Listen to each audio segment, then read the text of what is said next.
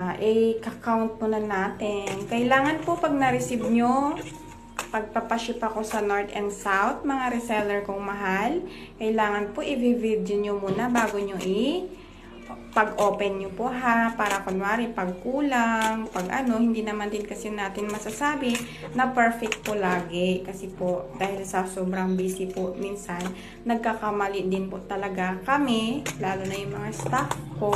Kaya po, sinasabi ko lagi is always do a video po bago po upon pagbukas. Ayan po.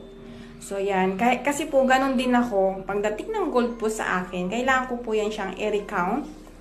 Para po pag kulang is sisend ko po kaagad yung video sa aking supplier. Ganun po yung patakaran ng supplier ko. So, ganun din po ako sa inyo. So, kayo po, ganun din po sana sa mga resellers